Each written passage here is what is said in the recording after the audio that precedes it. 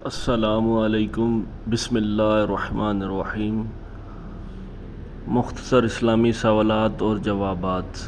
دنیا کی سب سے پہلی مسجد جو زمین پر بنائی گئی، نبی کریم نے سب سے پہلے مسجد قباء کا کام کیا۔ دوسرا سوال، سب سے پہلے قلم کا استعمال کس نبی نے کیا؟ حضرت ادریس علیہ السلام نے۔ تیسرا سوال، حضور اکرم صلی اللہ علیہ وسلم کا خاندانی پیشہ کیا تھا؟ حضور اقدس صلی اللہ علیہ وسلم کا خاندانی پیشہ تجارت تھا۔ سوال نمبر 4، حاجات اصلیہ سے کیا مراد ہے؟ حاجات اصلیہ سے مراد عموماً وہ ضرورتیں ہیں جن کے بغیر انسان کو دشواری کا سامنا کرنا پڑتا ہے، مثلاً رہنے کے لیے گھر، کھانا پینا وغیرہ۔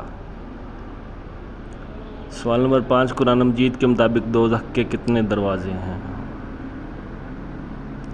7 دروازے ہیں دوزخ کے۔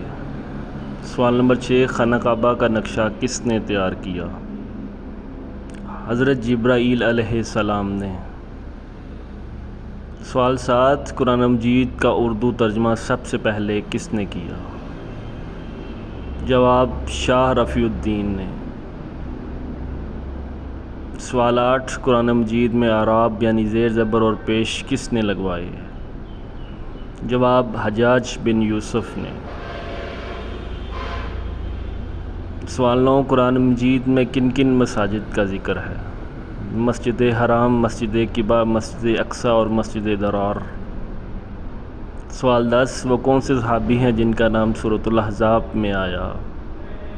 جواب، حضرت زید بن حارث رضی اللہ تعالیٰ عنہ کا۔ سوال 11، قرآن مجید میں دعا مانگنے کی تاکید کتنی بار کی گئی؟ صحیح جواب ہے 70 مرتبہ۔ اسلام میں سب سے پہلے جمعہ کب پڑھا گیا؟ 1 ہجری میں۔